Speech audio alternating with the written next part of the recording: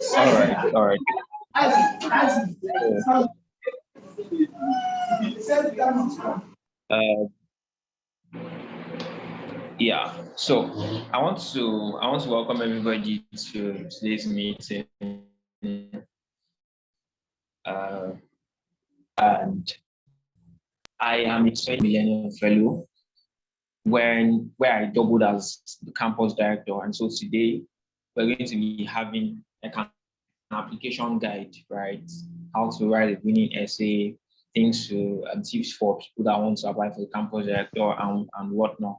So, but before we get started, I would like to meet everybody in maybe not everybody, but like a couple of people. So I just want like everybody to okay, we're just 17, so I think we can just go through it like very quickly.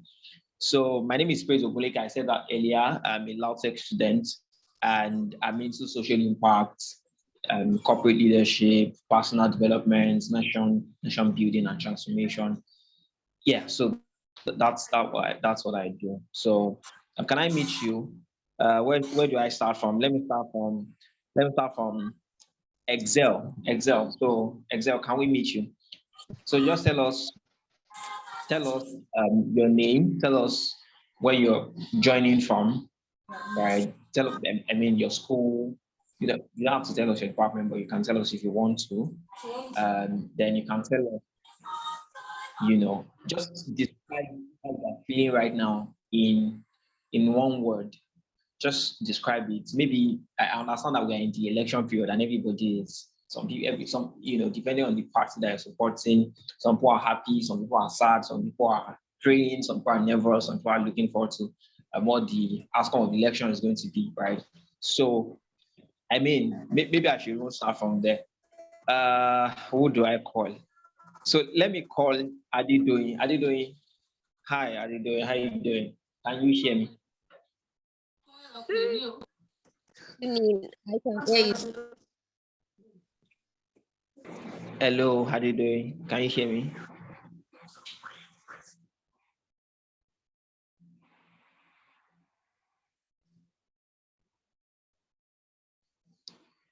Okay, let me maybe I should call um Jessica. Jessica, can we hear from you? Hi Jessica. Hello, good evening. Yeah, how you doing today? I'm good. My name is Yeah, yeah, so where are you joining from? Where are you joining from? Ladoke Akintola University of Technology. Interesting. So how do you feel right now about Nigeria? I'm not asking you to declare your candidate, so I'm just asking you how you feel about Nigeria, about the election I don't, I, process. I I mean, don't even have a what do you candidate. think about it? I don't even have a candidate. Whosoever wins the election, I just pray God gives him or her the strength and wisdom to do things the right way, because we can't just be predicting and get disappointed.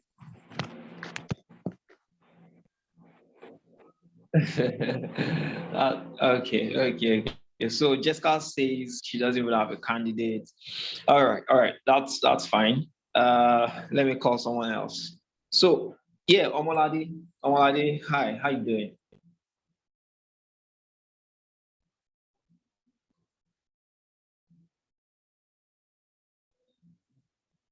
Okay, I'm not sure. I'm not sure if you can hear me. Okay, so let me call testimony Olateju.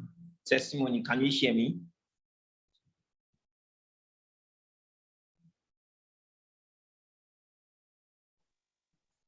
Good evening.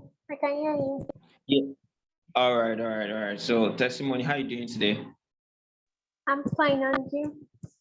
Yeah, I'm very good. I'm very good. So where are you joining from? Right, so I'm joining from Ilé-Ifẹ̀ Obafemi Awolowo University.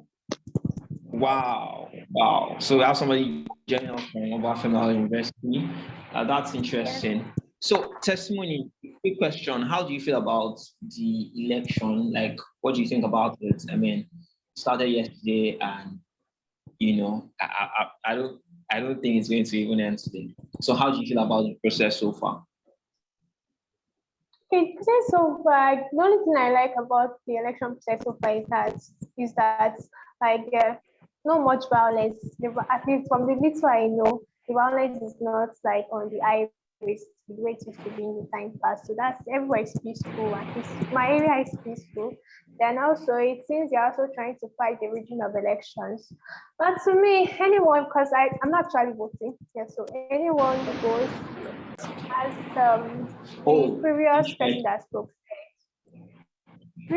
spoke said, everybody's I know that someone will shy enter, there'll be a winner, there'll be a loser. So whoever is the winner, God should just give the person the wisdom, the grace, and the right people to work with that will help to move Nigeria.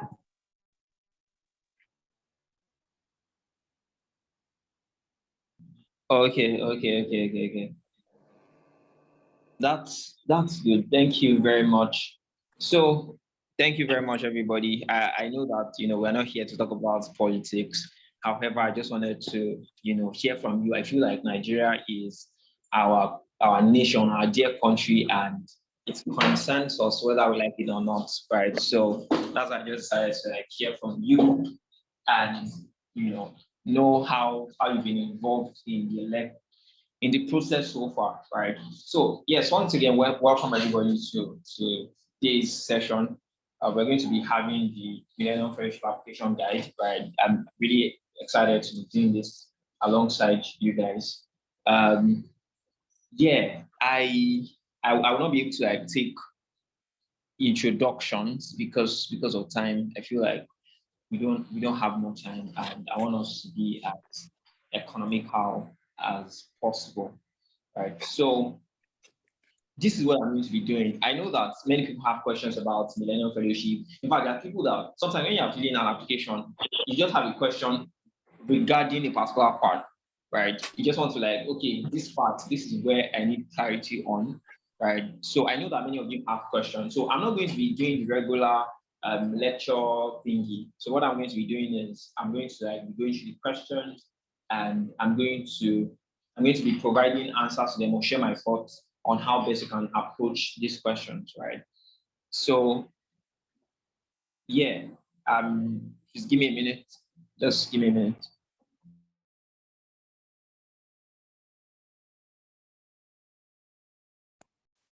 All right. So can you hear me now?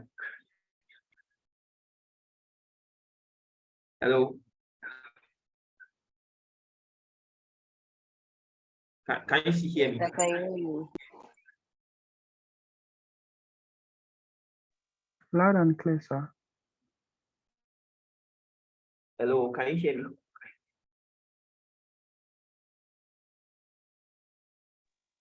Yes, sir. You are very audible. We can hear Yes, you sir. loud and clear. All right. All right. So thank you very much.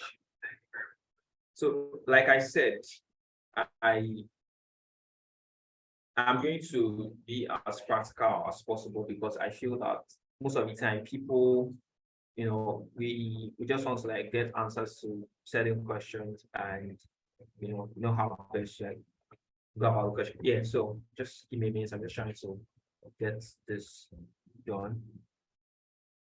Okay.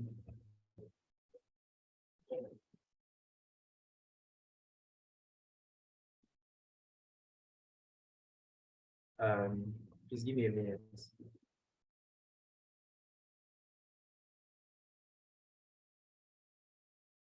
Okay. Can you see me? Yes, sir. All right, all right, all right. So yeah, once again, everybody, welcome to tonight's session. Um, we're going to be going through the application guide. But before I start, let me just ask this question. So I'm going to be asking two people why they decided to apply for Millennium Fellowship. Why did they decide to apply for Millennium Fellowship? Who wants to volunteer?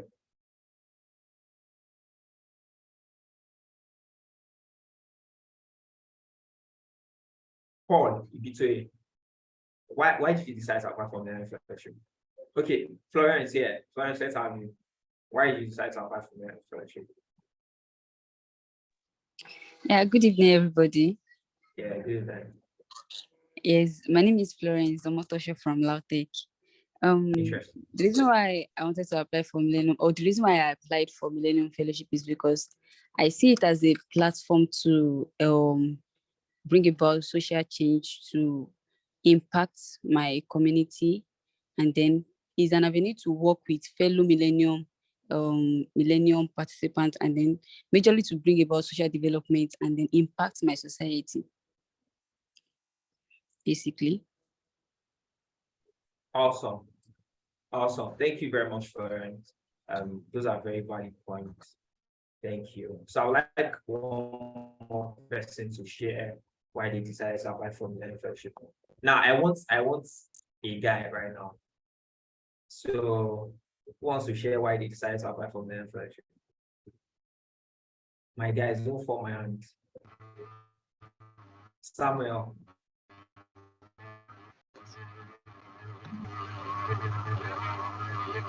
Samuel.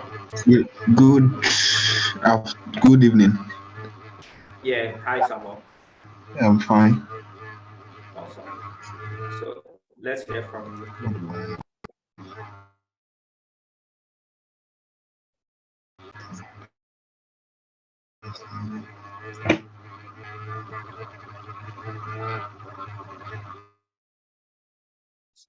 Samuel, can you proceed? Okay, I guess he has issues with that phone. So do you have anybody else that wants to share? Okay, so yeah, I guess I'll just get started. So I understand that so many people, are applying for the Millennium Fellowship. Some people are not even sure why exactly they're applying. And to be honest, it's fine because I being in a position or in a situation where I just apply for stuff because I didn't know exactly why I was applying. I just saw that, maybe people that I did talk to were maybe a past beneficiary, a past fellow, and I just decided to, let me try this opportunity out. And so I'm just trying to say that it's okay to apply for things sometimes so you're not really sure or you're not sure exactly why you're applying, right?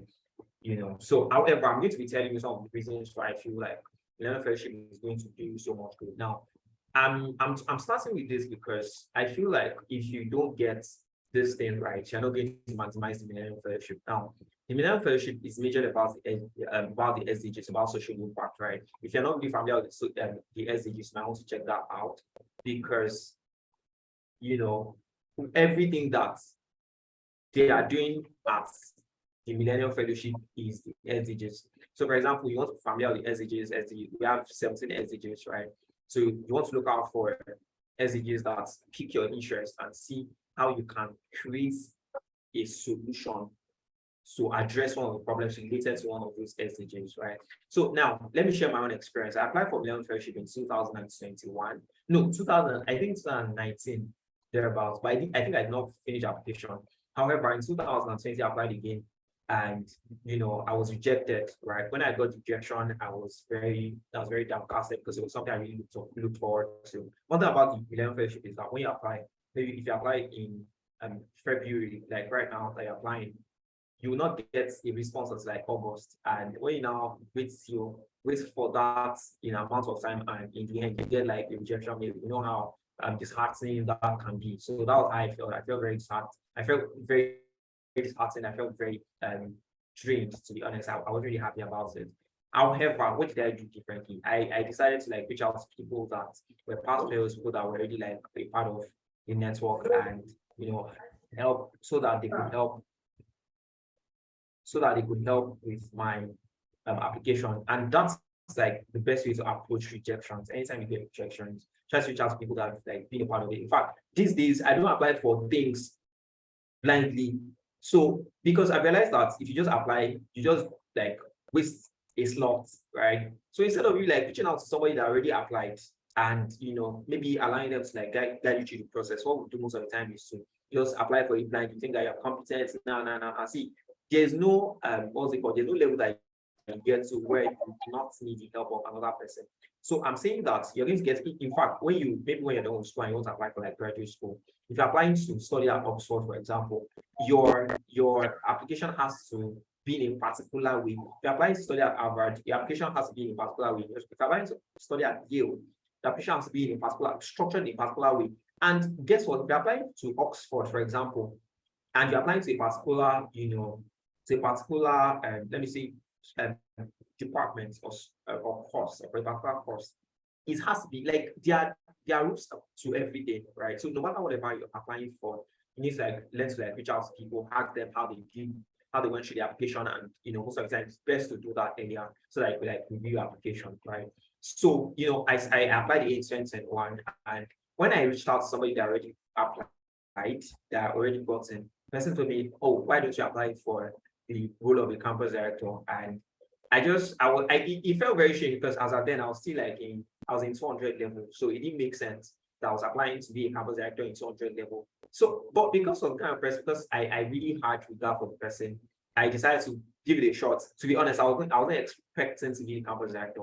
So when I applied and I got like a response, one thing that happens is when you're a campus, if you apply to be the campus director, you're going to get a response earlier than other people, like other fellows, right? So I got a response and I was scheduled for an interview and I was very shocked, like, me, like, who am I to get that kind of thing? So I was really happy and I look forward to the interview. So fast forward to the interview, excuse me.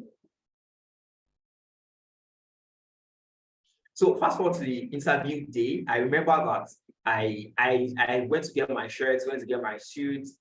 I really dressed up. I dressed like I was really applying for a job interview. And to be honest, I think that we need to get to that point where we're taking things very seriously, right? So, of course, I'm not saying you have to go and put on your shoes and all that, but most of the time it shows that you're really serious and you're really interested in this thing, right? So now, here's one thing I want to share. Now, when I wanted to, on the day of my interview, I remember I was at 9 a.m. I was already dressed. I was already dressed up and everything.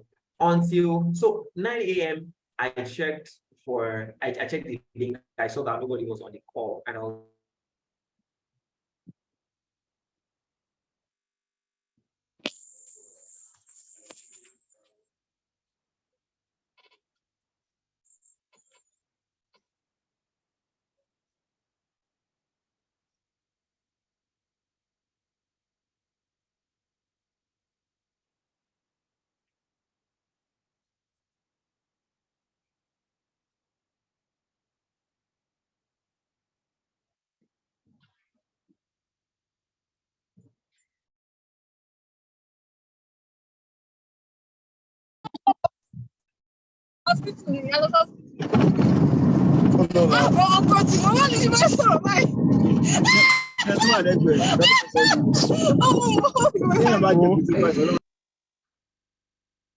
okay. So can you still hear me?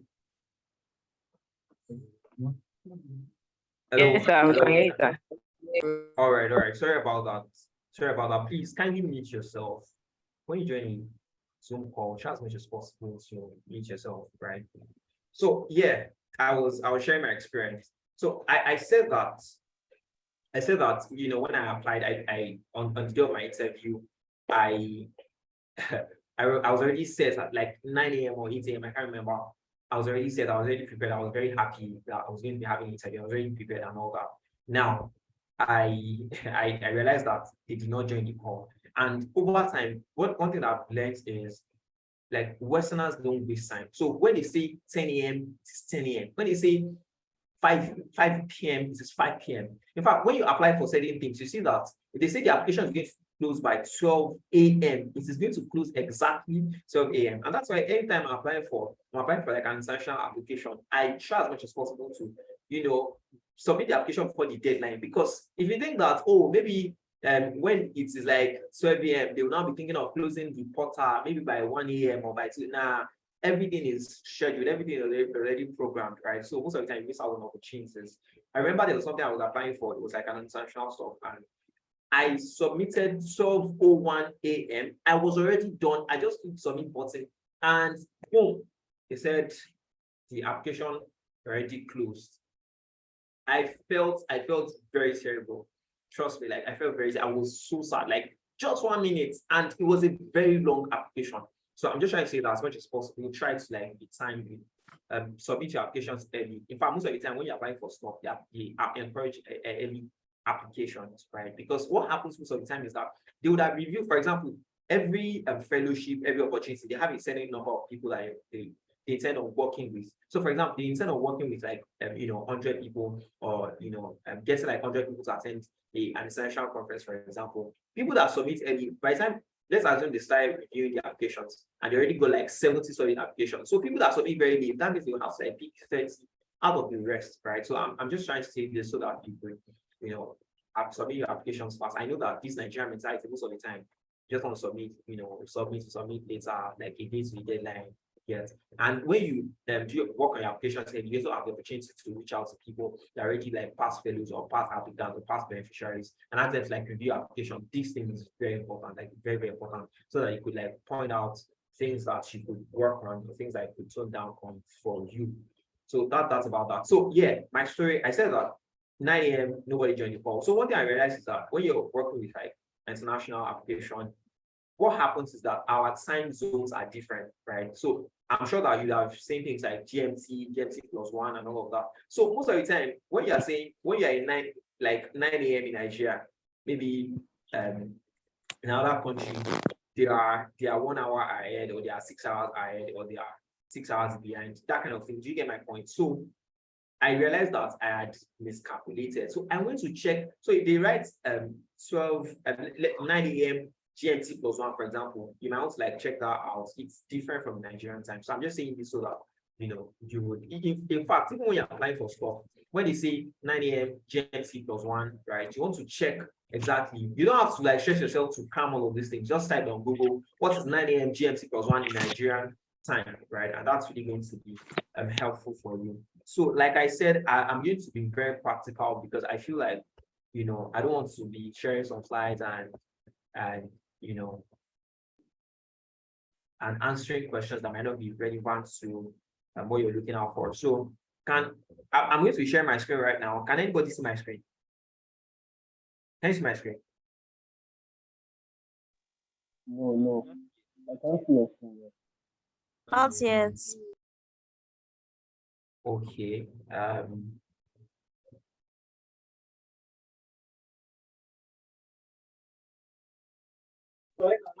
Can you see my screen now? Yes, sir.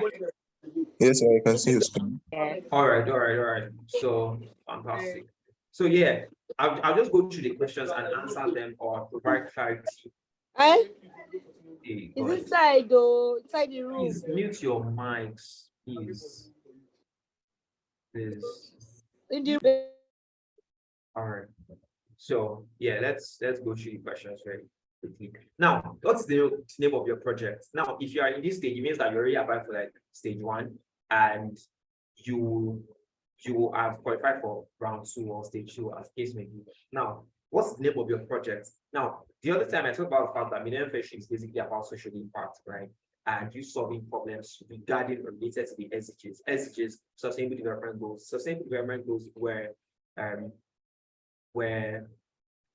those goals were created in 2015. The whole world came together, and formerly it was the MDGs, the Millennium Development Goals. That was in 2000. That was why it was millennium, because it was the beginning of the new millennium, right? But in 2015, they saw that they had not made much progress. That's why like they created new goals. So they had like 17 goals that they wanted to work on for 15 years. And that's why the deadline for the achievement of the SDGs, Sustainable Development Goals, is 2030. So it means that by 2030, the whole world, everybody should have come together to like achieve those goals, right? So that's basically what the Sustainable Development Goals is all about. Now, we have 17 Sustainable Development Goals, like I mentioned. So SDG 1 is zero hunger, SDG 2 is no poverty, SDG 3 is good health and well-being, SDG 4 is quality education. Please, can you I want to see I can play this video. I think we just have to we just have to proceed. Okay, so that's about that, right? So what's the name of your project? Now, what projects, like which of the, look at the SDGs, which of them are you working on? Like which of them do you want to like, which of them are you passionate about? Which of them aligns with what you want to do, right? Can you see my screen? Can anybody see my screen? Yes, sir, we can see, sir. Yes, sir, we can see Okay. your screen. Okay. So, for example, when you look at this now, we have no poverty, we have zero hunger, we have good health and well-being, we have quality education, we have gender equality, we have clean water and sanitation, we have affordable and clean energy, we have decent work and economic growth, we have a lot of, like 17 of them like that, So you want to look out for which of the SDGs you are interested in, or which of the SDGs that you're passionate about, or which of the SDGs you have a solution that you want to provide, to a particular problem regarding the SDGs, right? So, for example, maybe you're passionate about good health and well-being. Now, your solution could be that you want to provide healthcare information and services to individuals and marginalized communities. Please mute your mics, please.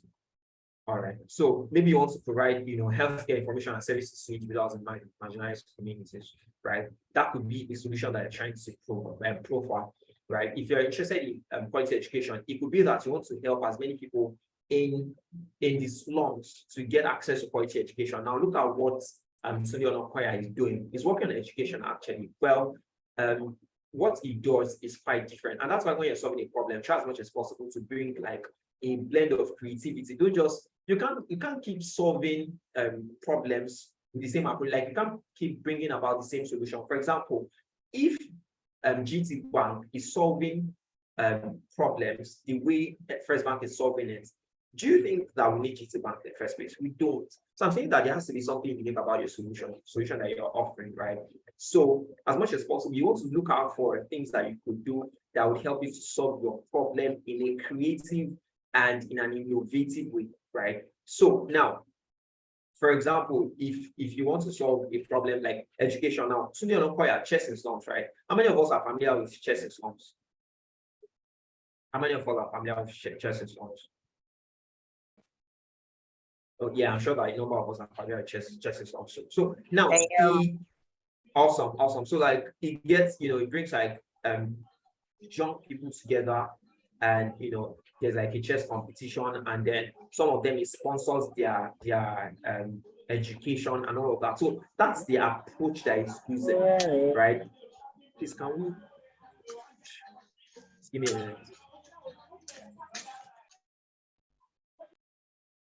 All right. So that's like his own solution, right? Now I'm going to be talking really much on this because like you can't proceed if you don't have a particular problem. So we want to look out for the problem that you're trying to solve, right? And then you want to look out for the solution that you're trying to profile, trying to propose to this problem, right? So look around you, look at your community. What problems can you identify? Start from there. Now, when you identify this problem, look out for the SDGs. Which of the SDGs does the problem that you've identified, which of them does it like align with? Do you get my point? Now, you cannot just be solving a problem that doesn't align with SDGs. It's just like one is wasting one's time. So look out for the SDGs that the problem aligns with and the solution that you're offering to this problem. So for example, I already talked about chess and slums, right? I'm going to be as practical as possible. So for example, let's say I'm solving a problem on health, and okay. I'm trying to see. Okay, now let me show you something. Now, what's the name of your project? The name, you don't have to like give us one too special name. Like it could be anything. It could be like chess and slums. It could be part for her. A part for her. One of my friends like does that. It could be climate education initiative, something. There are so many organizations. So I want you to type in the chat box. Type the name of an organization or an initiative or a project that you've probably worked with in the past or you've seen on social media. Just type it. I'm already saying some chess and slums. There's Lead Footprint Africa. There's Evolify Africa. there is which one again? Help me. There's Ideation of Africa by DDK. There's a lot of them. There's Heroes and Heroes Initiative. There is the Mindsets Africa.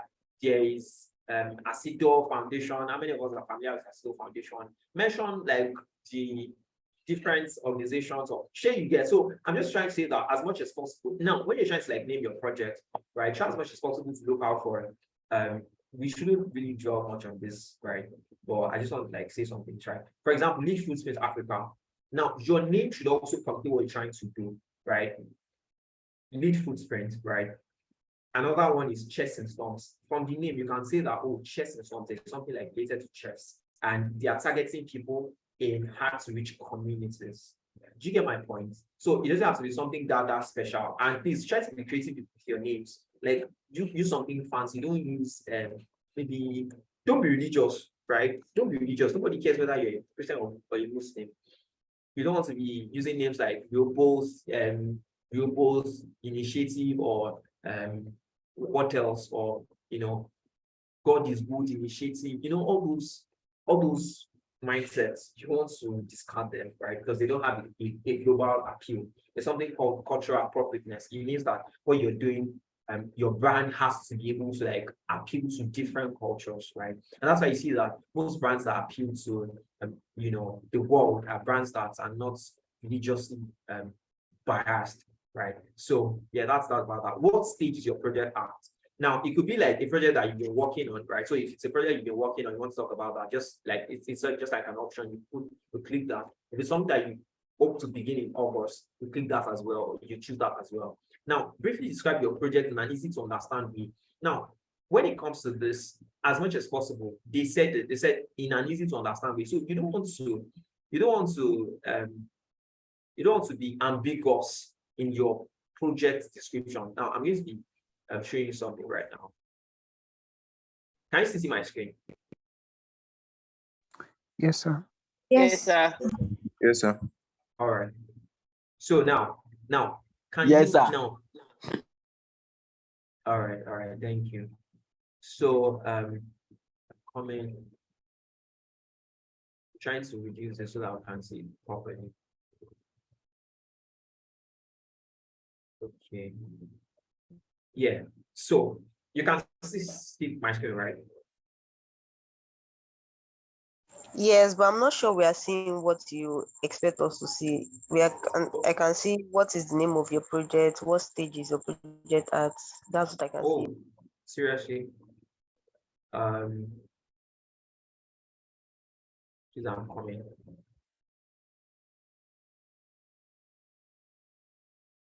Can you see it now? Yes. All right. So this Yes, is sir. this is Savvy, by the way. Savvy is like an initiative or an organization by Chidi Uwaugu, right? You might want to check him out on LinkedIn. He's doing amazingly well. Now, this is what I'm just trying to do. I just want to like use this for their reports, like give you an example. Now, this is the problem that you're solving. And that's one thing I always talk about. When you're solving a problem, you have to be clear about the problem that you're solving, right? And what exactly spurred you to like solve that kind of problem? Now, look at this. From March 2020, in the midst of the COVID-19 lockdown, many people lost their jobs and moved from being gainfully employed professionals, to being already job seekers living with uncertainty. According to the US International Labour Organization, 225 million jobs were lost worldwide in 2020 alone due to the COVID-19 pandemic. Now, long-term unemployment, when a person is jobless for more than 12 months, can have serious negative consequences for the individual, society, and its economic system. Individuals who face a prolonged period of blah, blah, blah, blah, blah, blah. Now, 90% of entrepreneurs building startups will fail. Now, can you see that they already described their problem? Now, I want you to know something about these things, right? Now, they're already like pointing out, something that everybody's familiar with. So, for example, they're talking about COVID-19 lockdown, right? Now, I'm saying that I'm pointing out these things so that you can, see the reason why they put all of these things there. COVID-19 is something that somebody that's reviewing your application might be in the UK, is familiar with COVID-19. Everybody knew when COVID-19 happened, right? So he's not saying that, from March 2020, due to the Owo massacre. I don't know if you get my point. Like, somebody in the UK reviewing your application might not know what Owo massacre is, right? So I'm saying that you, as much as possible, please, you want to talk about things that people anywhere in the world is familiar with, or you want to say that, oh, in Lagos, Nigeria, which is like, a very big city, downfall bus, this and that. Like, nobody knows downfall. Like, of course, like if you're in Nigeria, you know downfall. But somebody in the US or in the UK might not be familiar with downfall. You get my point? So, except you know, like put downfall, a public transport, blah blah blah. Do you get my point? So that's about that. Now look at something again. Say according to the UN's International Labour Organization. Now they are quoting authorities, they are quoting organizations, and I'm trying. This thing is very important because like when you're solving a problem, when you can, solve problem and input data, it really helps. So, for example, you want to quote people, organizations like UN, you want to quote organizations like WHO, UNICEF, UNESCO, UN's International Labour Organization, and all that, right? Those are, reputable. Those are authorities, recognized authorities. So you don't want to be quoting. You don't want to be quoting Google. Don't quote Google. Google is not like. Google is just like a database, right? So quote authorities depending on the problem that you're trying to solve, right? So that's not about that. Now, they already talked about the problem. That they talked about the what's it called? The problem here. So give me a minute. Now, can you see this now? They said Savvy is training the next generation of impact-driven entrepreneurs as a way to reduce global unemployment, which has been broadened by the COVID-19 pandemic. Now, they said we are interested in helping recently unemployed individuals as a result of the COVID-19 pandemic who are open to starting an impactful business in order to become gainfully employed again. We identify such people and provide them with support to do so, right? So, I mean, that's like what they're trying to do. They already talked about, the problem and the solution that they are offering. So I want you to pay attention to this. It's extremely important. Please mute your mics, please.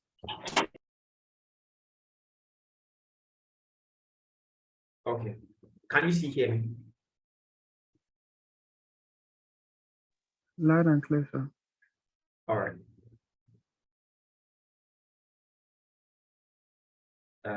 Just trying to give you like another example.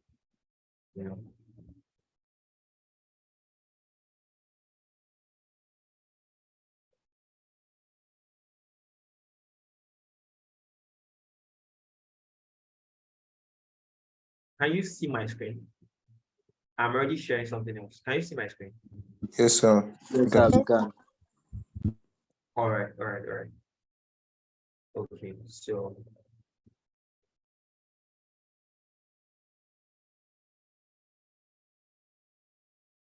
now, if you look at this carefully, this is another solution to, oh my God, my mouse is not working. I don't know what happened.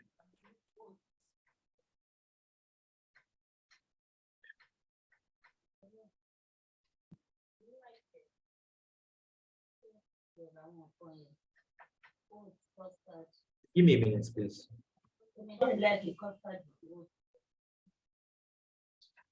I don't know.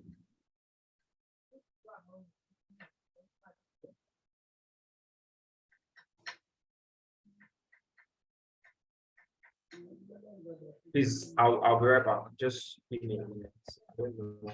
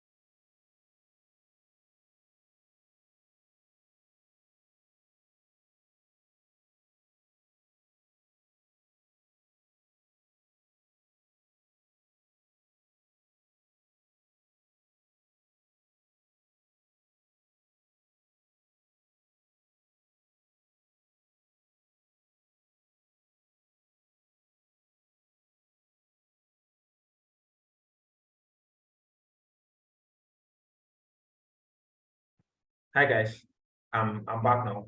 Can you still hear me? Yes, sir. Yes, sir. All right. So I really apologize for the inconveniences. We apologize.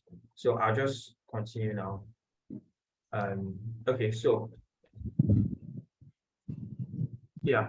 So I was talking about like how to approach your, let me see. Oh wow. Who is the host? Please can you make me the host? Covenant, can you make me the host? So I'll be able to share my screen. Okay.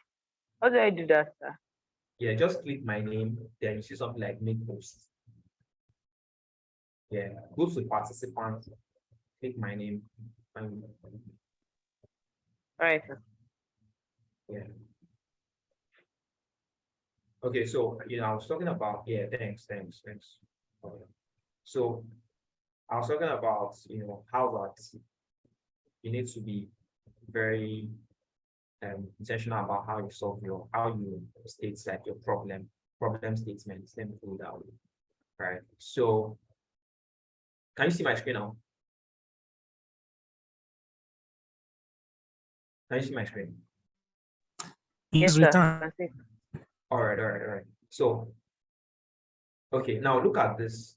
Now, the Feed a Child initiative is like second edition of the flagship initiative of Panacea project, specifically designed to alleviate the scourge of poverty and malnutrition among some of the most vulnerable groups in the society in the state of Ibadan. The program created a platform for the needs of over 100 children now, because this is like a report, right? Yes, they said it created, so you can say something like, okay, the program will create a platform for the needs of over 100 children. I'm not saying this is what you should put there, please. I'm just giving like instances so that you know how exactly to approach it. Like the program creates a platform for the needs of over 100 children in 4 orphanage homes, blah, blah, blah, blah, blah, blah. Now, the mission of this ambitious long-term project is to inspire this and that. Now, this is like a problem statement, right? So that's about that. Now, let's move to the next question. Now, what is your role in this project? If you are the one, like if you are the owner of the idea, you're going to have to do something like founder or co-founder, right? And if you are not, like it's something that you should be able to answer yourself. So that's not a big deal. So the next question, how many lives will be positively impacted by a project during the Millennium Fellowship? Now, please don't be realistic. Don't be saying 2,000 lives. Like, how do you want to like it's not realistic now because the program is not exactly going to start in August. It's going to start in September because they're going to send you like a mail August 30th, right? So it's going to start like September, the first, second week of September, and it's going to end maybe last week in November or early first week in December. So if you're saying also about 2000, like, well, it's possible anyway, but I'm saying that try as much as possible to be realistic. Now, the project report that I just read right now said 100 children. So you don't have to like, it's not about, when you say 20,000 people, that's when they pick you. Say like, just try as much as possible to be realistic, right? So that's why they give you a timeline. How many people can you impact during this frame of time. So if it's 100 people, put it there. If it's 50 people, put it there, right? So do you have a specific number of the projected number of lives that will be positively impacted by your project? Now, if you like, as much as possible, I always advise that you use like an odd number so that it can seem more realistic, right? So let me give an instance. For example, they've been counting votes for the past how many hours now? And let's assume that you count for Ogbomoso region, right? And the votes, the total number of votes in Ogbomoso the total number of votes is 20,000 in Ogbomoso, right? Now in Ibadan, total number of votes, INEC says 10,000. In Lagos, INEC says 15,000. I don't know if you like, but I mean, when you see something like 2,293, that seems more realistic. Do you get my point? So it's just like the same psychology. Please mute your mic. It's just like the same thing here, right?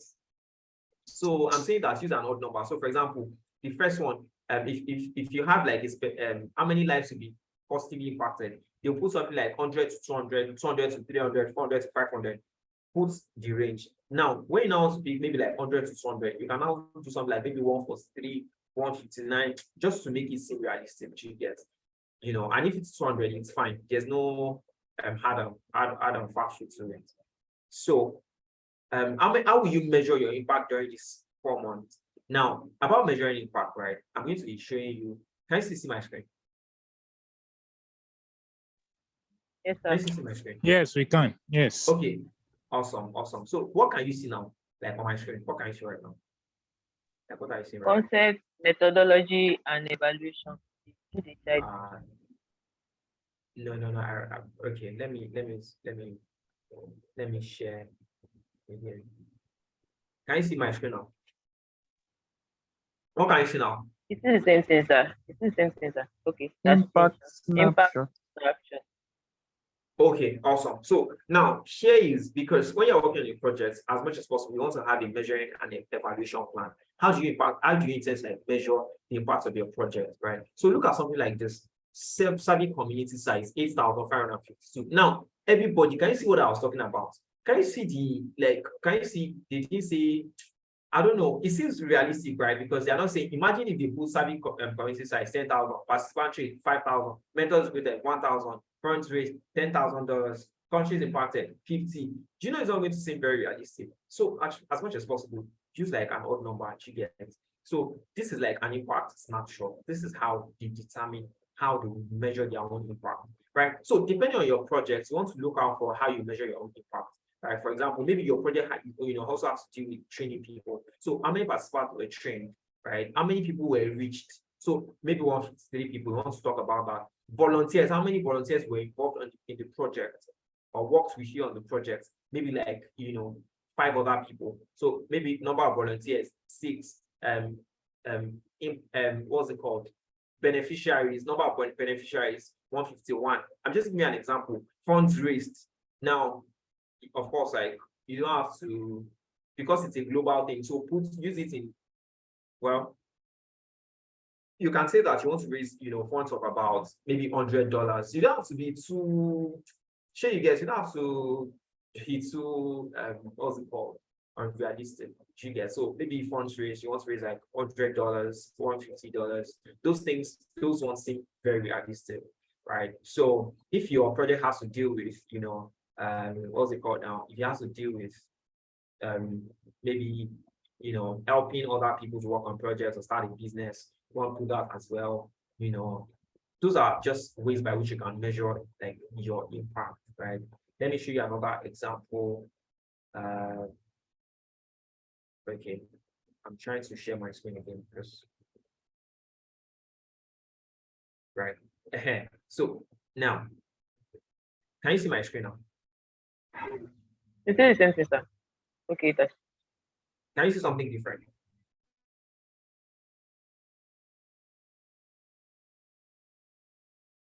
What can you see? Please let me know. Let me know what you can see. Ankara craft.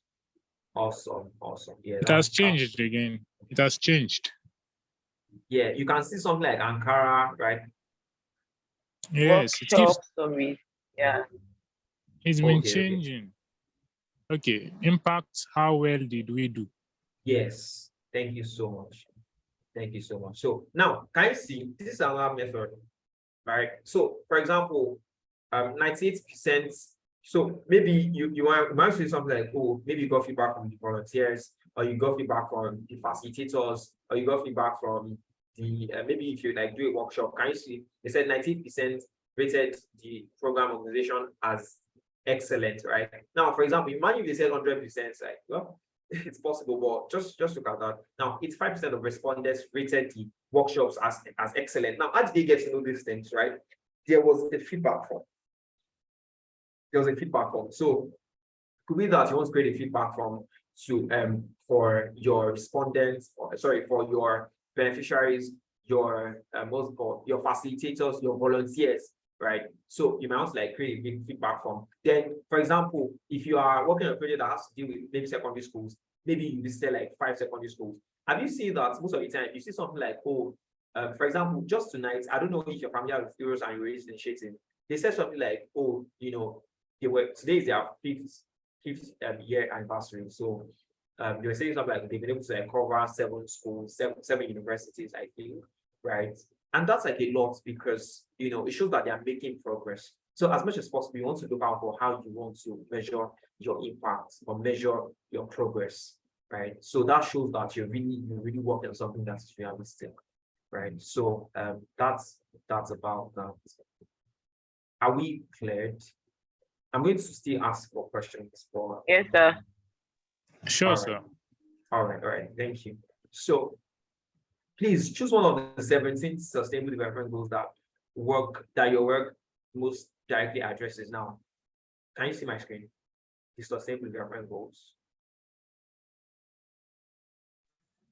No, sir. Can you see it now? Not, yes. All right. So now these are the sustainable development goals, right? Please mute your mics, please.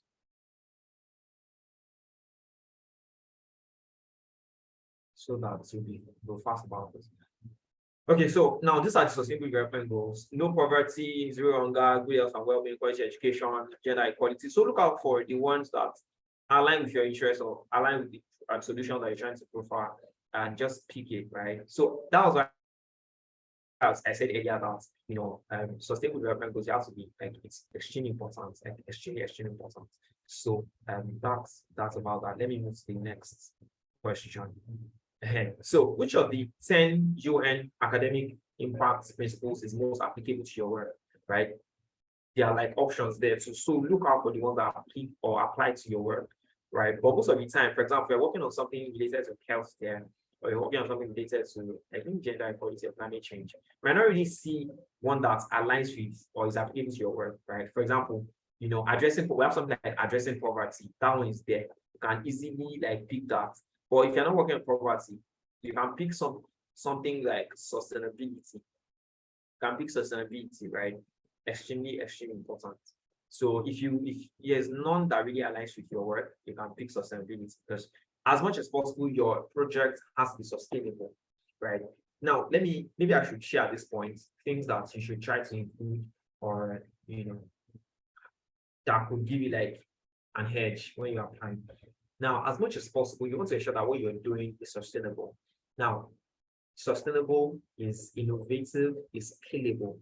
Now, sustainable in the sense that it can continue even after you're done. Now, this is what I'm trying to say. For example, if you go, I know that many people will just like, go to a secondary school, which is fine, to be honest. Like, it's very fine. But most of the time, I feel like we should try to be like more innovative. When you're done with the secondary school, maybe you want to sensitize people on diabetes, or you want to sensitize people on hypertension, whatever you're sensitizing people on. When you're done with sensitization, like, how is the project going to like continue, right? So that is what shows that you're really working on something you're really futuristic in your approach. You get, for example, Google would keep being Google. Yeah, there'll always be Google, no matter what. Like, there'll always be Tesla, right? There'll always be Microsoft. It doesn't matter if the leader is alive or not. So as much as possible, we want to think of sustainability. So for example, let's assume that you're working on something related to secondary school. I know that many people like to do secondary school because it's easier and stuff, right? So you can do something like, or maybe when you are done sensitizing people on let me say hypertension, right?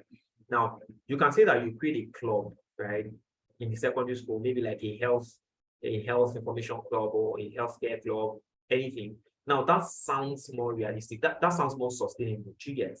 Now that's one of the things that you could try. Another thing you want to look out for is scalability. Like, is it scalable? Is it something that is easily replicable in other parts of the world, right? So, I mean, if you solve this problem in Ibadan, can somebody in the UK also like use the same approach and also like solve problems with your solution? So that's scalability. Can you replicate it? Is it easily replicable? Right. So that's about that. So then another thing you want to look out for is, where is the input of technology in what you're trying to do? Trust me, the world is techy. I don't have to like stress that.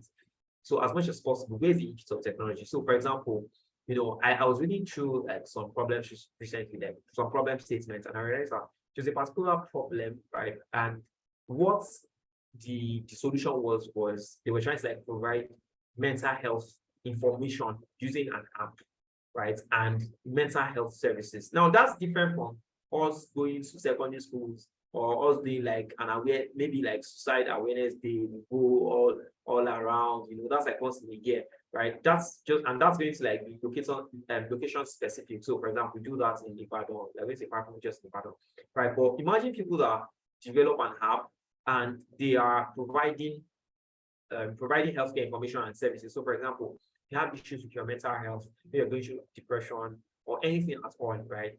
You have somebody that would easily reach out to using that app, right? That's like a sustainable solution. That's scalable. Anybody anywhere in the world can use that. I'm just giving you like examples that you might want to try out.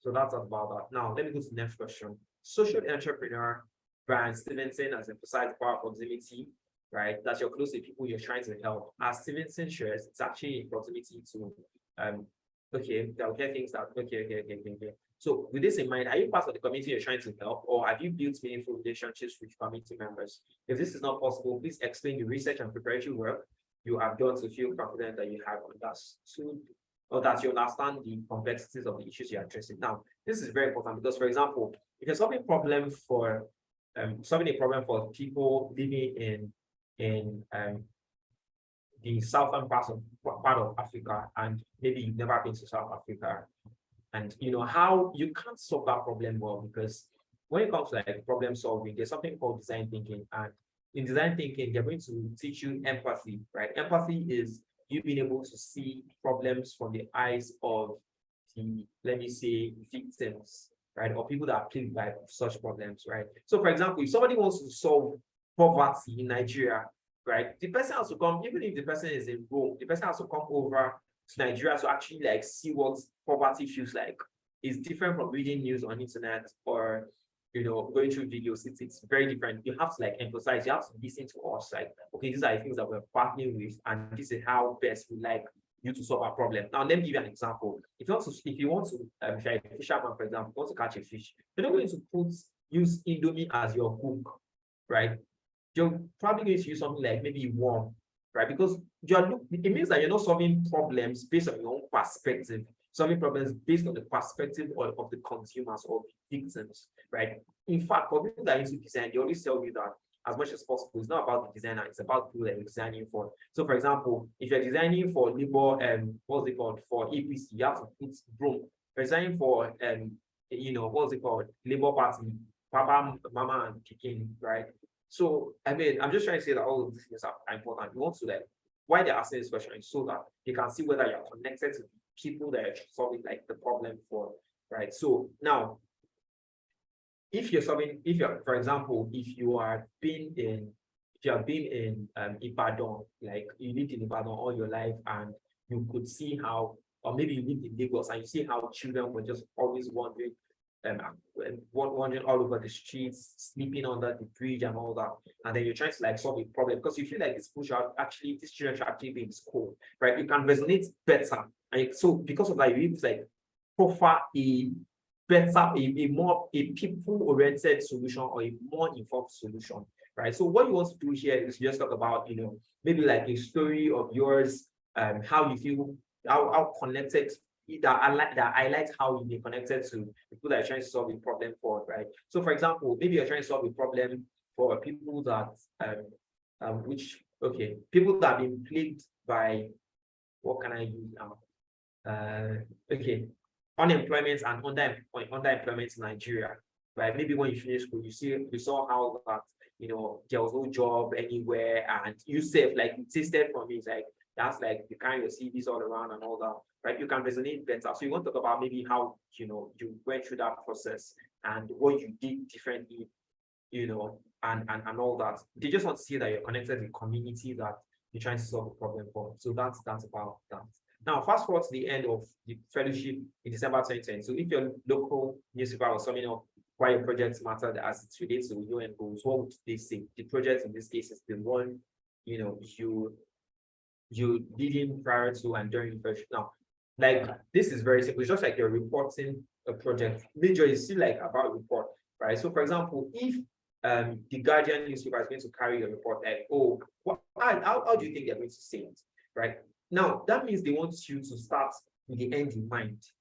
I don't know if you get. So, for example, it could be that they would say, a young Nigerian profile solution to unemployment in Nigeria that has catered for 10,000 Nigerians or 10,000 Africans, as the case may be, right? So, just like talk briefly, how do you think they would like talk about? We are familiar with newspapers, we're familiar with news report. How do you think they talk about your project? So majorly that's what you're trying to do. Or maybe they won't say that, there's an initiative, a part for her has been able to provide 5,000 parts for young ladies in Ibadan, in the Ibadan community, right?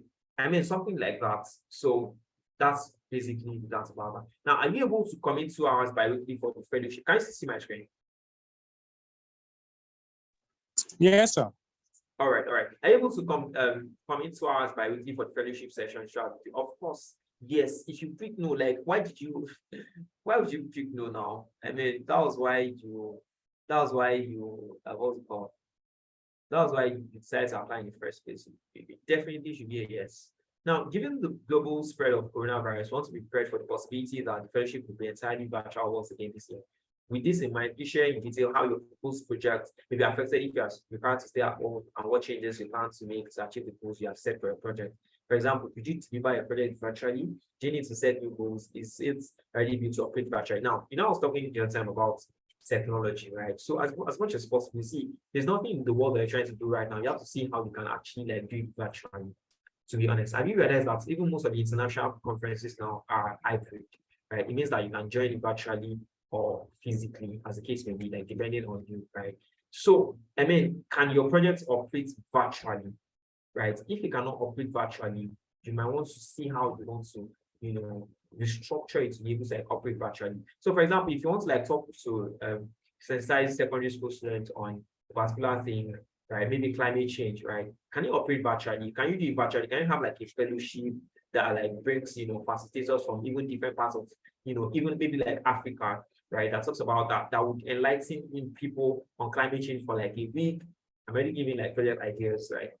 And I'm not saying that you have to use this, right? So enlighten young Africans, maybe 18 to 30, age for people or ages 18 to 30, and as much as possible, try to be specific to your audience and try to be specific with the number of people that you're impacting. So it could be that ages 18 to 30, ages 18 to 25 when you're describing your problem, right? Ages what was it called? Ages depending, like it depends on you, right? So if it's like a fellowship, maybe you like get facilitators from South Africa, the eastern part of Africa, West Africa, and that's like you practicing diversity and inclusion already. It means that you're spreading your tentacles across Africa. right? So, for example, you're doing something in Africa, right? That you might want to put all of these things in perspective. So, yeah, maybe if it's like a fellowship, right? How can this thing operate virtually? And that's why you see that, for example, Savvy operates virtually, and that's why they can like do it. They can have like 111 languages, I think. Savvy Fellowship operates in like 111 languages. We saw it the other time, right? So it's like you can join wherever you are in the world. You don't have to like stress yourself. I mean, that operates virtually, right? So no matter what, try as much as possible to see how we can, bring like a virtual, what's it called? So in fact, your project can be entirely virtual. Let me say that. Your project, I think in 2021 when I was doing mine, I think we're still, I can't remember. Some of my friends did virtual. Some of my friends did like a virtual project, and that was it. So your project doesn't have to be like physical. Your project could be virtual as well. Yes. That's about that. Just ensure that it's addressing one of the SDGs, and of course, it is sustainable. There's the use of technology. It's scalable as well, right? Now, what drives you in your work? In other words, why do you personally care about the issues you're working on? Now, please share a story for everyone. See, in fact, the best thing here is to share a story, right? For example, let's say you want to sensitize people on hypertension. Maybe you have a friend.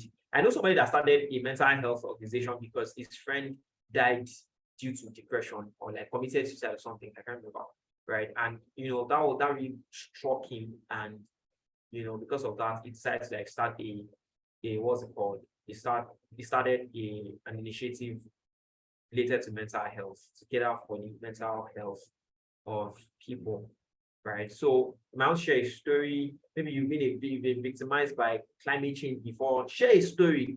Maybe you've been victimized by underemployment or unemployment, right? Maybe you have like an uncle or a father or maybe a family member that did not like have a job for a while, and how that affected you, like even mentally, even physically, because of course when there is no food, you cannot like eat or feed properly, right? Share a story that's relevant depending on the project that you're working on, right? Now, why do you want to be a Millennium Fellow? How will you use this distinction towards your future social impact work?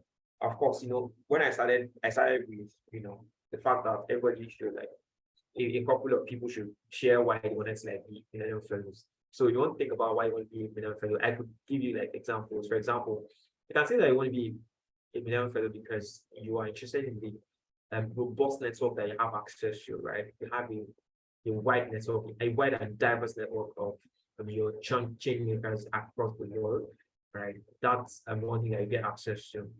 You can also talk about the experience that you're going to garner, maybe how the experience and the knowledge that you're going to garner is going to help you to work on your projects, go from ideation to execution stage. Now talk about all of those things. They are very important, right? Most of the time I want to be, started 8:30 coaching because I'm trying as much as possible to keep STEM. So you might also want to talk about, how that, you get access to like a robust, a diverse network of people, of young change makers across the world. You can also talk about the fact that maybe you'll be able to like get mentors. If you're a campus director, you actually have access to people and like the coordinators. That's about that. So we could talk about experience as well, how it's going to help your social impact work. Maybe you want to start like an NGO in the future. You might want to talk about that, right? Then you want to talk about talk about what you benefit from being a Millennium Fellow. Now, see, one thing about this part is you also want to talk about what thing you're bringing on board that is unique. Right. So, for example, you want to talk about the fact that, okay, maybe you want to like bring your own unique perspective, based on your experiences, your past experiences, so that you're going to have like a unique experience in the fellowship. Now, let's talk about that. Now, also want to talk about the fact that you want to just talk about something that you can also propose that will seem like, so that you don't be like a liability that you're just trying to get and get and get and get. You want to make yourself seem like an asset as much as possible, right? So you also want to say that, oh, maybe you want to, you're looking to build like an NGO across a number of countries, and you want to bring some of them on board, some of the Millennium Fellowship facilitators, coordinators as facilitators, like just say something that will make you, feel like an asset, not a liability. So that's about that. So the MCN values, yes, of course, every great organization has values, right? And I feel like every individual should also have values, right? So, MCN values as our community prioritizes empathy, community, inclusion. That's like, those are your values: empathy, community, and inclusion, right? So choose one of these values and share how this applies to your leadership, right? So now, what I would advise that you do here is also tell a story, right? Tell a story about, a point where you maybe took up the project, you get the people, and you practiced maybe empathy, you practice inclusion, or you maybe practice immunity, right? So let me talk about inclusion, for example. Now, let's say that you're working on a project, and maybe you just want to maybe you stay in Ibadan, just want to do it for people in Ibadan, right? But because you feel like there are other people in different parts of Nigeria who also need the same solution, right? You might talk about how that you're able to get people from maybe the southeast, from different parts. How you included, brought other people on board to practice inclusion. Now that's one. Inclusion also deals with maybe gender, right? So for example, I want to talk about how that, as much as possible in your selection process, right? Maybe you ensure that people on your team were not just males, or we're not just females. You try to be as inclusive as possible. That's inclusive leadership. Or maybe you bring people from different parts of Nigeria, or different parts of Africa, or different parts of the world. That's like inclusion, right? So, and in fact, it could be your class. Maybe there's a time that you solve the problem. For example, there was a time I was working on a particular project, and I tried on my team. I tried as much as possible to bring people across across the board. So I brought people from different levels, so that in fact, inclusion is a very big part of sustainability. If you want your project to be sustainable, ensure that you bring people from across the board. So you want to bring people, maybe if you're in you're working on a project in 500 level, bring people from 100 level to 100, 300, 400, so that when you're gone, when you leave school, they can also continue your project. That's inclusion as well. So just look out for any unique experience that you have, and try to explain, talk about them using one of their core values. Are you interested in being the campus that I thought? If you're interested, of course, type yes. If you're not interested, type no. Your first name, your middle name, your last name, your email address, your country code, extremely important, your phone number, your birth date, do you speak English? Of course. Do any of the following statement apply to you? I'm not really sure. I don't think that should be a hurdle anyway. How do you hear about the Millennium Fellowship? Current or past Millennium Fellows? Do you see on your website? Just it's you have options so you can click. All right, region where your university is located, of course, Africa. Country where your university is located, Nigeria. Enter your university's name. No, let me start from my school. Let me use my school. Ladoke Akwesasne University of Technology, Ogbomoso, University Nigeria. Right? You should add Ogbomoso, University Nigeria. Don't just put Ladoke Akwesasne University of Technology, because if somebody in the UK is reviewing your application, the person will be like, where is Ladoke Akwesasne University of Technology? They might not be familiar with the name of your school.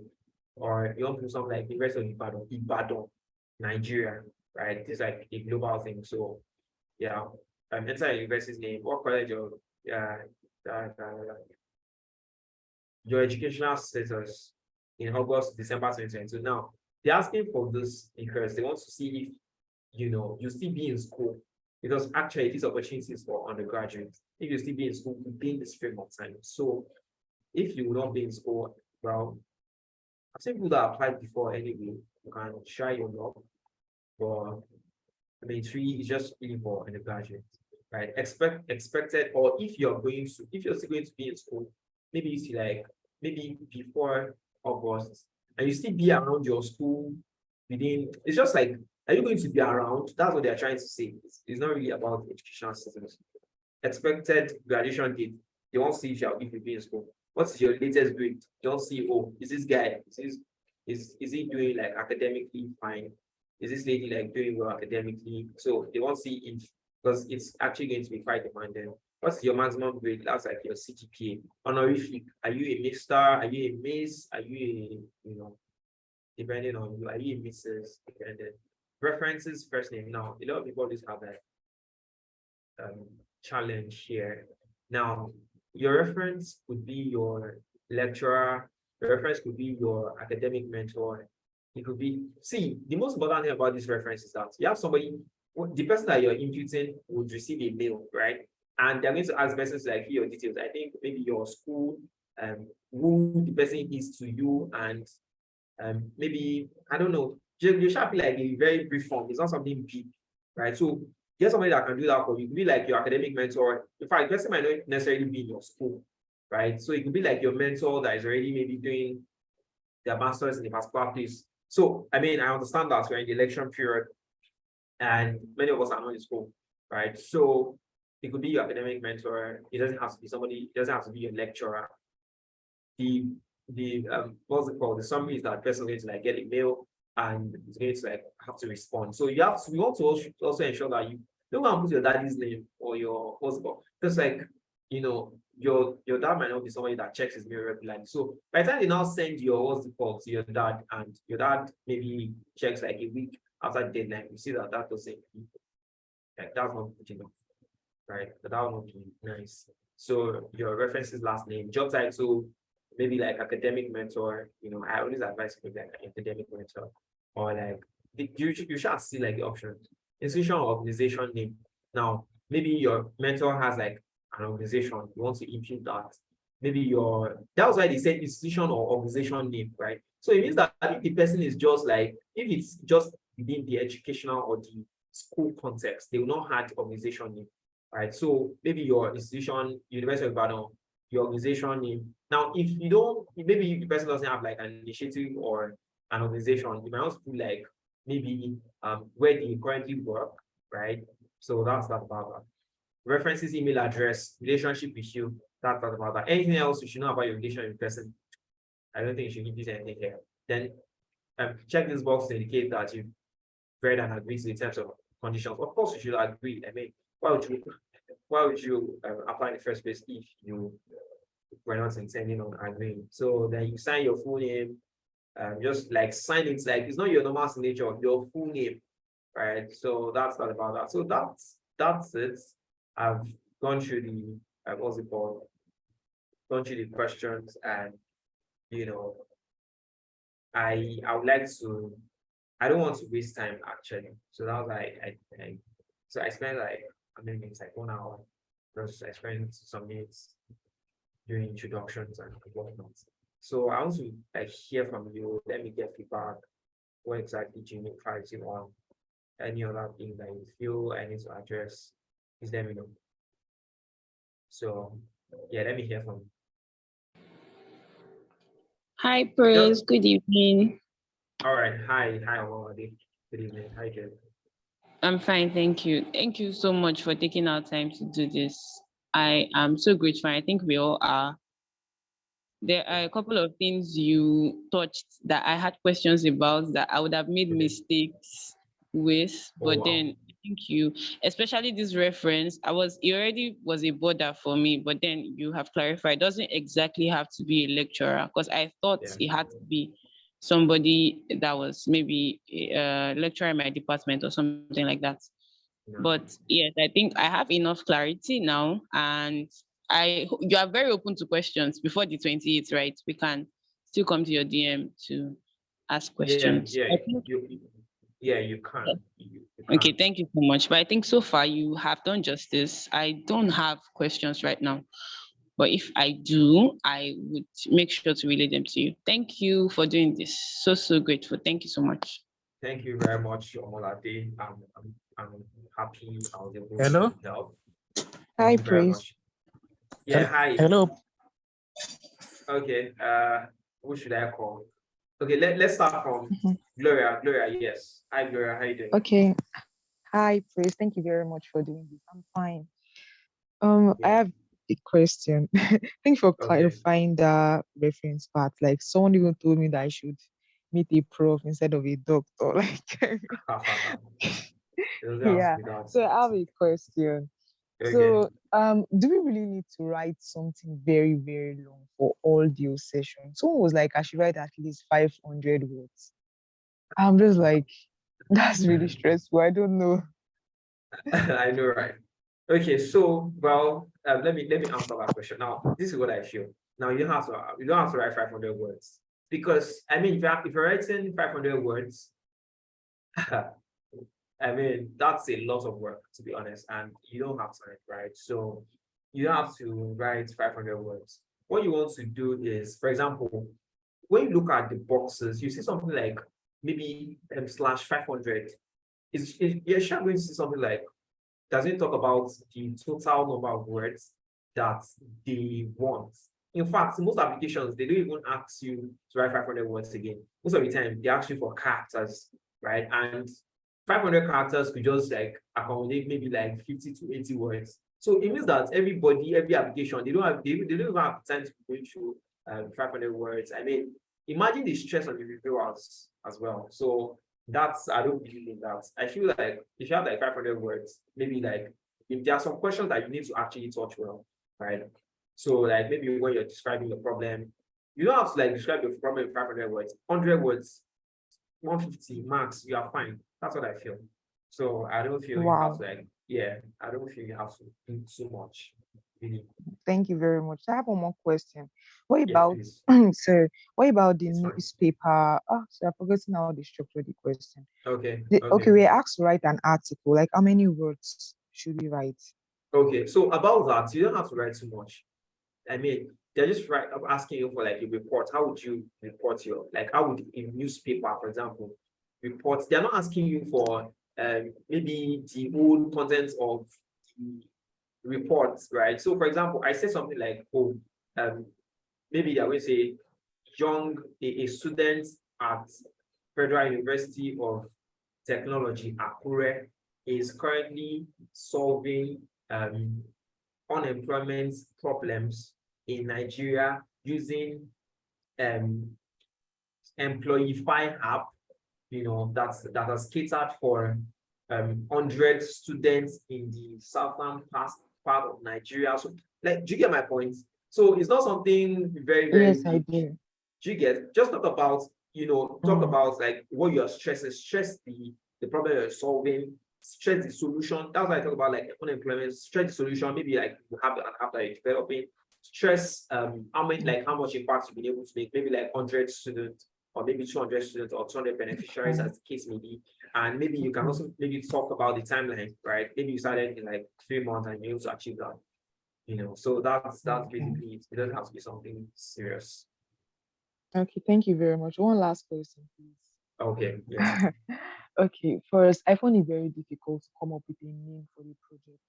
And okay, I found some name that I found really exciting. And when I checked online to know if Okay. other people are taking the name, I found out they're taking the name. And I'm like, what's left for me? So do you think Could it's you okay please to still could you please I can't hear you well loud enough. Hello, can you hear me now?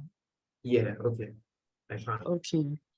So I'm saying that I have issues with choosing a name for my project because Okay. after choosing a name that seems suitable, like I went online to check if other people have Okay. taken the name, and I found Okay. out that people have taken the name, like even after changing several times, and I'm like, what's left for me? So is it okay to choose a name like someone is already using, or to just look for something dynamic and use? Okay, so well, thing is, if you choose a name that has already been used, I don't think it's going to affect the application, to be honest. However, I advise that you choose a unique name, right? Because actually, the goal of Millennium Fellowship is not just that you have a project or you work on a project and you stop for after like 3 months. The goal is to ensure that you even like start it as an initiative or as an organization, right? So, if you're being futuristic, I would advise that as much as possible you try to get a unique name. Now, when it comes to getting a name, well, things like I could suggest, you could talk to maybe some of your friends. Oh, I'm working on a project that has to deal with climate change. Could you like give me ideas on what name I could use? It doesn't have to like be your what's it called, your own, like be from you directly, right? So I Okay. mean, or you could look out for names on the internet. When I was talking the other time, I already gave like a name when I was talking about like solving a problem that has to do with unemployment. I said employify, right? So if I want to start something now, right? I got that from Evolify Africa. So if I want to solve a problem that has to deal with employment in Africa, I'm going to use something like unemployment in Africa. I'm going to use something like Employify Africa. I mean, that might be a project I work on in the future, so nobody should steal my name. If I see my name, so yeah, I mean, it could be just, I mean, as much as possible, let's communicate what you're doing, right? I give examples already. The Mindset Africa, for example, maybe you're working on let me see. You're working on healthcare, right? Just look out for something that will communicate what you're doing. It could be something health initiative. It could be something. Though me, I don't really like all this this initiative, this organization. I feel like for me, they are not suited for my what's it called. So that's just what I feel. You could like ask from friends. You could try to see names. For example, there's a name, Mindset Africa. So for example, you could maybe you're working on climate change. It could be something climate education projects, right? Or health education project. Those are something that you get. There's another what's it called now? What's it called? The development school, right? By Shimola Gunju. So I mean, these are things that development school just look at that development. They're addressing sustainable development, right? And it's like the development school. So it's like an institution that teaches SDGs. So yeah, that's what I feel. Wow. How about Thank you I've very been able much. to, yeah, you are. Yes. Thank you so much. Hello. Yeah, hi, Promise. Yeah, that was a wonderful session, Praise. Thank you so very much. much. Yeah. My question is, as regards the mail, your reference has to fill the mail before the deadline, or it can exceed the deadline.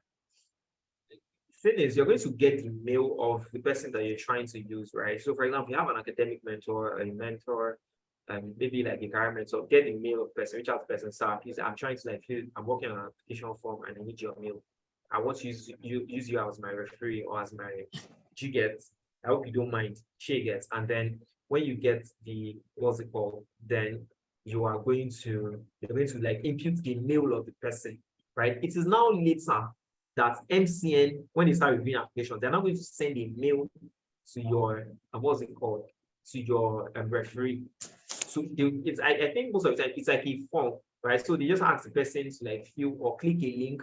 It's like a link to a form or something. So they click a link and they're going to what's it called, fill like your details, your name. So it has to be somebody that knows you definitely, and that's just you just want to see if you have somebody that they could reach out to. They're not able to like put you. So that's it. I hope I answered your question.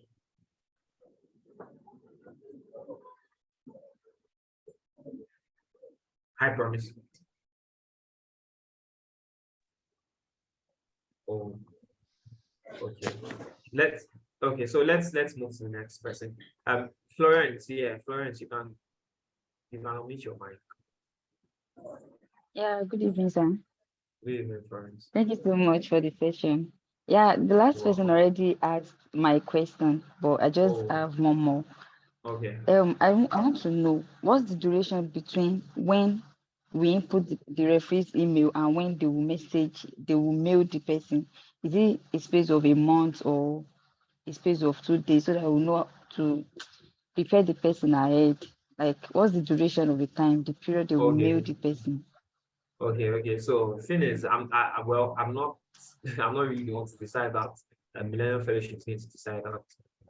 However, like I mentioned earlier, you want to ensure that you have somebody that keeps tabs on their mails, right? So you don't want to like pick somebody that checks their mails maybe like 1 month interval or like 2 weeks interval.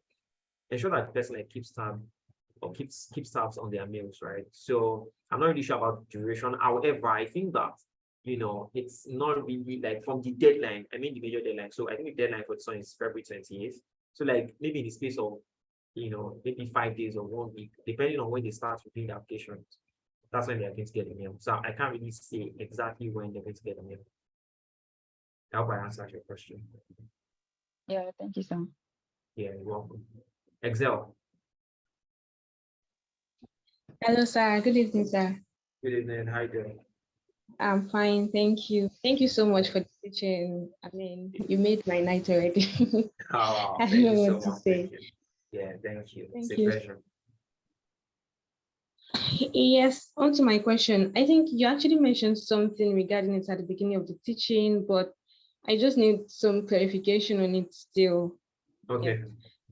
Okay, the thing is, I mean, it's about this priority deadline stuff. Okay. Okay. I actually feel so caught up. I mean, because Okay. it's so up close. And Yeah. in past Millennium Fellow told me that you can submit after the day. It's all compulsory that you submit on that day, so that you can have enough time to get your write-ups and all. So like, how do we go about that? Is it true? Can you actually submit after 20 minutes? Okay. So, well, to be honest, Millennium Fellowship has tried, I think, because this application was supposed to have closed last year, December, I think. However, they extended it to like January, then at some point again, they extended it till now, like February 28th, right? So they've really tried. So there's not going to be another deadline, to be honest. This is going to be last. I don't know if they are going to extend it, but I doubt it, because if they extend like 2-3 times, so as much as possible, you want to try. That was why I stated earlier that as much as possible, when you're applying for stuff, ensure that you start feeling ready so that you could gather your application, like get answer the application questions, and even send it to somebody to review for you, right? So, however, today is February 26th. You can still, you can work on it tomorrow. If you can work on it over the night, it's something that's still very possible. I believe it's still very much possible. Oh, well, I believe so. So yeah, you can do it. I believe you. All right, thank you. Thank you very Yeah, much. you're welcome. Excellent. So, do we have any other questions?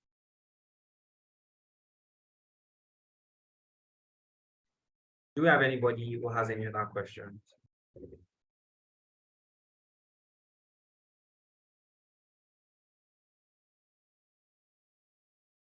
Hello, sir. Hello.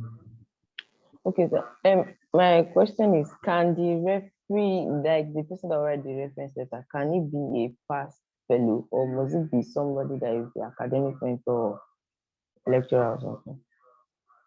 Well, thing is, the whole concept or the whole idea about this is that they're going to send emails to the person, and the person has to, like, what's it called? The person has to, like, fill in your details, right? However, I advise that you get somebody that is like above you, somebody like a mentor, to be honest. Somebody like a mentor to you, to fill in, to be like your referee, right? So the person could be a past fellow anyway. It could be a past fellow, but I always advise that you use somebody that is that there's a let that be that gap kind of, right? So, but even if you use the past fellow, it's not going to affect your application. However, I need to suggest or advise that use somebody that's like a mentor to you. So that's what I feel. All right, sir. Thank you, sir. Yeah, welcome. Okay. So, yeah, let's have who should I think I already answered Excel and okay, Joanna. Hi, Joanna. Yeah, good evening, everyone.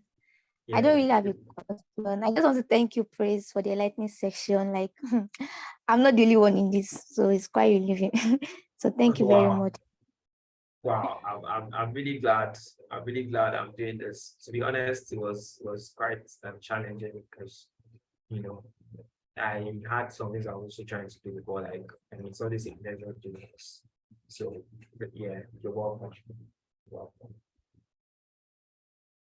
Okay, Paul. Yeah, Paul in between.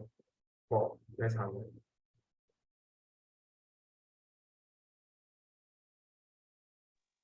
Okay, good evening, sir. Good evening, Paul. Yeah, thank you so much for this evening. I really appreciate it. It was an enlightening section. Like, wonderful. That's been wonderful so far. Thank you so much. Thank you. Yeah, I have been doubting that maybe I'll continue with this, but it's I've really learned a lot this night. I've learned a lot. So my question is about the campus coordinator, campus director. Okay. Yeah. Yeah. I just, if a person should apply to be a campus director, what features or the possibility of workload the person is going to experience, or what is it like? What is it? Okay. All right. So, okay. Thank you very much, Paul. I forgot to address that, right? Now, when it comes to being a campus director, to be honest, of course, it's different from just being a regular volunteer or being a regular fellow, because it's going to, like, demand more from you. To be honest, like, you're going to be more committed. And normally we have like 2 campus directors per cohort or per campus, right? So you're not going to be the only one. So you can always like delegate, you can always share the tasks, the activities. So for example, as a campus director, you're going to have to facilitate training sessions, right? Training sessions. You get to I'm trying to share something. Can anybody see my screen? Yes, sir. Yes, sir, we can. What can you see? Millennium Fellowship class of 2021 campus director. Okay. Awesome stuff. Awesome. So, I mean,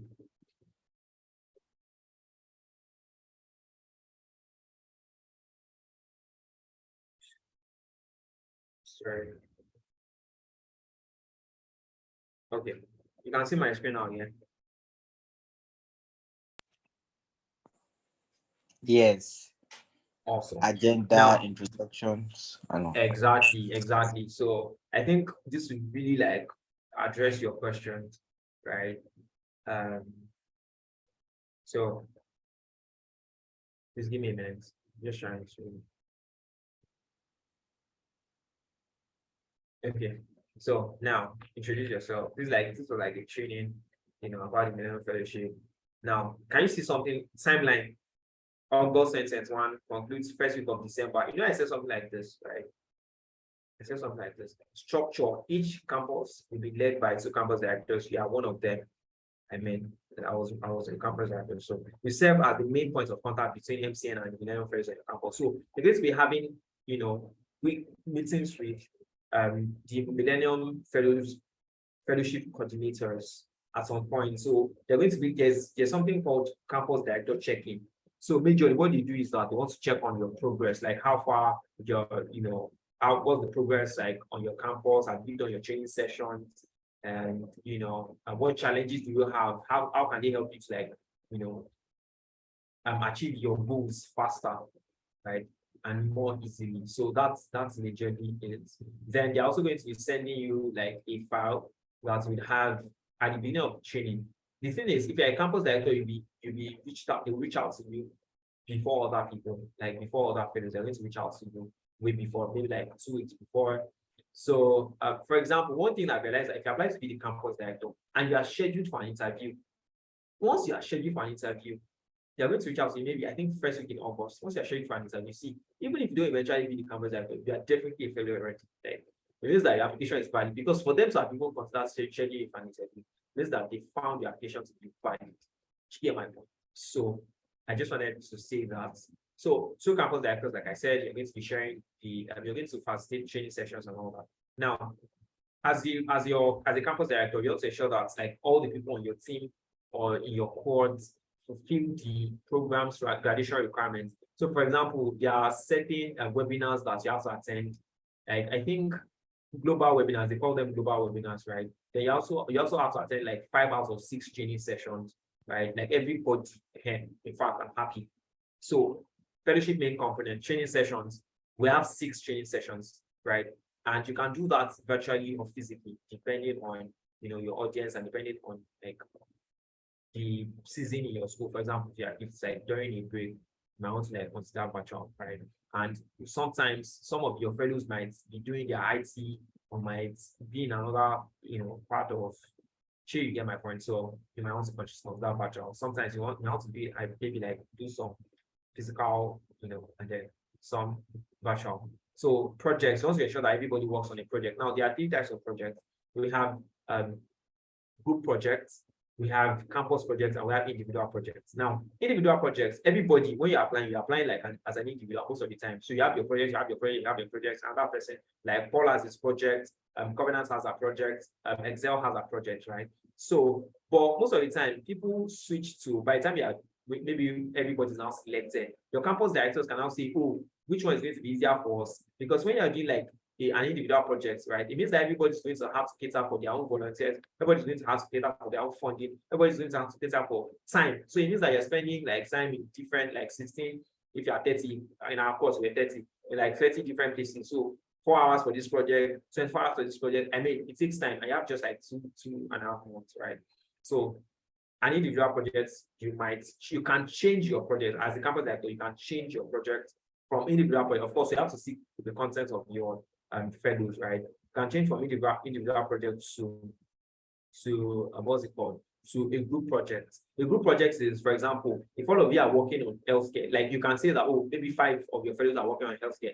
Bring them together, let them work together. Some people are working on climate change, bring them together, let them work together. Some people are working on poverty, bring them together, let them work together. That's like a group project, right? So you can have like 5 group projects. Individual projects, it means that, for example, if you have 30 fellows, so you have like 30 individual projects. Campus project is just one. So you can decide to switch to a campus project, maybe because of time, because of resources and all that, right? It means that everybody in that cohort is doing that one project, and that's it. Another, requirements in global webinars and SDG conversation. I think you have to attend maybe like 3 or 2. I can't remember. Community events. You also have to attend maybe like 2 or 3, right? Campus directors, I mean, this is just so training sessions, right? I mean, can you see? You can just like, yeah, it's going to be a recording, so you can always like go through this campus director responsibilities. Can you see? Can you see? So, well, it's not, exactly. I was talking about this before, talking about like individual projects, group projects, campus projects, right? So, you can just, I'm just like, because of time, I'm just trying to. So you just facilitate all of these training sessions to be like a point of contact. That's majorly it. It's not really something stressful. It's something that you can do anyway. But if you feel like your workload, maybe in school, maybe as a critical point, maybe in your final year, like you don't really have time, you can definitely just decide to be very. So yeah, that's perfect. Hello. Sorry. Hello, please. Yeah. Hello. Sorry, Yeah. I had network issues, sort of like a fiber issue. That was why I was the app just went off. Oh, sorry about that. Hello. Did you get Yes, my actually, response? I didn't get it. My question was, will it be before the deadline that the reference is to fill the information in the what to be provided to them, or they will be given their own deadline, maybe after this one elapses next tomorrow? Okay. They'll be giving their own deadline. Actually. That was the question. They'll be giving their own deadline. Okay. Yeah, they'll be giving their own deadline. So it's not like this I deadline. get that. It's not this deadline. No. It's when they Yes. start reviewing the applications, right? So that's I'm Can I ask another question? Hope time has not okay. gone Let's that just long. let's take your question. Let's just take it. Yes. In naming the projects, must it have to be a kind of fancy or organizational? Because the name I just planned was just a simple sentence. And I was already thinking, you were mentioning some fancy names and then like organizational name, and you mentioned that your project should be sustainable and then scalable, and then it should not just be something that will be odd. It should be something classy, I believe. Okay. Yeah. So yes. well, I was just that was like my own personal bias, right? I will say that, I mean, it doesn't have to be fancy, to be honest. In fact, if your project name is 8 sentences, 8 words, I mean, you can still get it. Maybe your own project name is Sexual Education for Adolescent Project Initiative African Worldwide of Fellowship. It doesn't affect your application.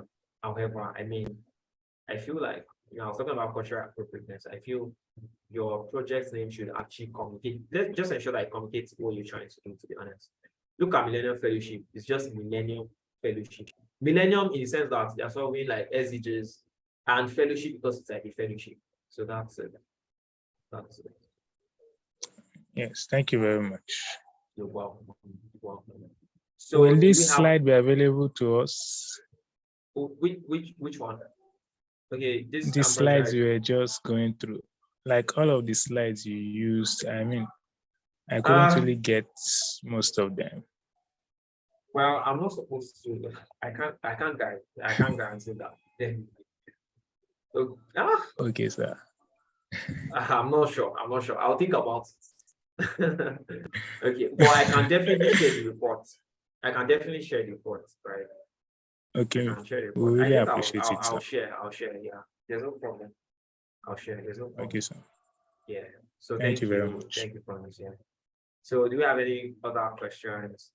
I believe that this has been helpful, to you, and I believe that it will help you to like make more informed decisions, right? Or like write better stuff. So here is where we end tonight. Thank you very much, guys, for joining. I didn't know that. See, when I put out this application, I thought I was going to have maybe like 5 people or like 8 people, because I mean, I just wanted to like help the people that I could. And I'm sure that by August, I want to be receiving mails. I'm sorry, like receiving messages that, oh, praise, high praise, I got in. Thank you so much. I mean, it brings me so much joy, right? So thank you very much, guys. I'm really grateful, and have a very beautiful night. And please stay safe. Stay safe. All right, guys. Thanks. Thank you so much, Praise. Thank you. God bless you. Praise. Thank you. Thank you so much, Praise. Yeah, thank you, guys. Thank you so much. Just have a very wonderful and sweet night rest.